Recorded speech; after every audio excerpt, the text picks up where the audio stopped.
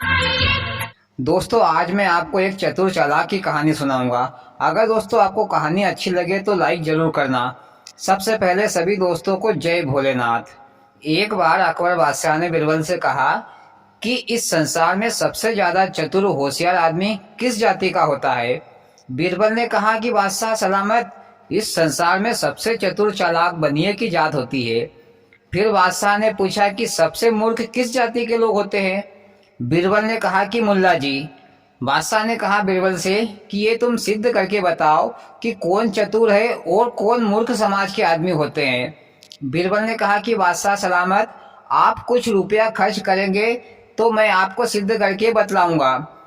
बादशाह ने कहा कि हाँ हाँ, हम पैसा खर्च करेंगे, तुम ये सिद्ध करके बताओ। मोदी जी, बादशाहों के पास कोई फोकट का पैसा था क्या जो सड़ी सी बात के पीछे खर्च करने लगा है? अरे खर्च करने का इतना ही शौक था तो अपनी प्रजा को भंडारा या दावत खिला देता तो खुद चतुर बन जाता। लगता है कि महाराजाओं को बैठे बैठे उल्टे सीधे काम ही सोचते हैं। पर भैया जो भी बात वो साबित करते थे वो आज भी सत्य है। फिर बीरबल ने एक बड़े शहर से एक मौलवी को लेकर बादशाह सलामत के दरबार में आ पहुंचा। बीरबल ने बादशाह से कुछ भी कहने को मना कर दिया। फिर बीरबल ने मुल्ला से कहा कि मुल्ला जी, बादशाह सलामत को तुम्हारी दाढ़ी की जरूरत है। आपकी दाढ़ी के बदले बादशाह सलामत आपको कुछ भी देने को तैयार है। जो आप मांगो वो इनाम आपको दिया जाएगा। ऐसी बातें सुनकर मौलवी को बहुत बड़ा झटका लगा। फिर मौलवी लड़खड़ाती हुई जुबान में बोला, दीवान जी, दाढ़ी तो खुदा बंद ताला की खास और प्यारी चीज है, इसे कैसे दिया जा सकता है? मोदी जी, मौलवी को दाढ़ी दे देना चाहिए था और बदले में 10-20 करोड़ रुपए मांग लेना था। मेरी दाढ़ी होती तो मैं तो दे देता और पैसे ले लेता। दाढ़ी का क्या है, वो तो दूसरी आ जाएगी। अरे अखिलेश भैया, क्या अंधों ने बाजार लूटा है? कीमत भी हिसाब से मिलेगी, कोई मनमानी नहीं।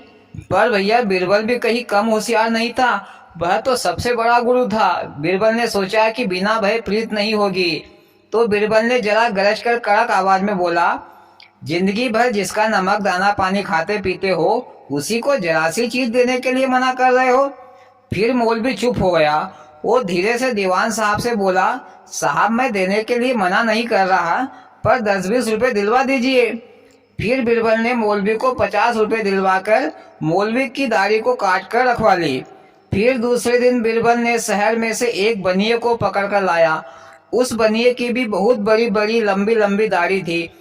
फिर वे दोनों बादशाह के दरबार में आकर खड़े हो गए।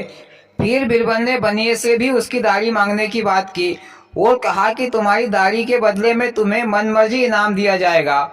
फिर बनिया बड़े ही मीठे शब्द में बोला कि हुजूर, हम तो आपकी पनाह में हैं, आप ही हमारे माए बाप अन्नदाता है, आप जो चाहो वो कर सकते हैं, हम तो गरीब आदमी हैं। बीरबल ने कहा कि भैया इसमें गरीबी अमीरी की क्या बात है, जो आपको उचित लगे वो कीमत बताइए, आपको वो कीमत दे दी जाएगी।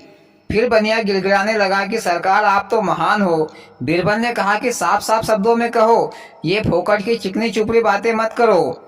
फिर लालाजी अपनी दाढ़ी पर हाथ फेरते हुए बोले, सरकार इसके पीछे बहुत दर्द भरी कहानी है। तो बादशाह ने कहा कि लालाजी, ये कहानी अपने घर वालों को सुनाना, मुझे तो तुम्हारी दाढ़ी चाहिए, कहानी नहीं सुनना है। लालाजी ने कहा कि सरकार मैं इसी दाढ़ी की कहानी सुनाना चाहता हूँ। बीरबल ने कहा कि हाँ चलो ठीक है, सुना दो अपनी कहानी। लालाजी बोले, सरकार मेरी माँ का स्वर्गवास हुआ था तो मैंने इसी दाढ़ी को सफा करवाने के लिए 10,000 रुपये खर्च किए थे, और जब मेरे पिताजी का स्वर्गवास हुआ था तो मैंने इसी दाढ़ी के ऊपर 15,000 रुपये खर्च किए थे, और जब दोनों को गया जी ले गया था तो सरकार वहां पर तो हद हो गई।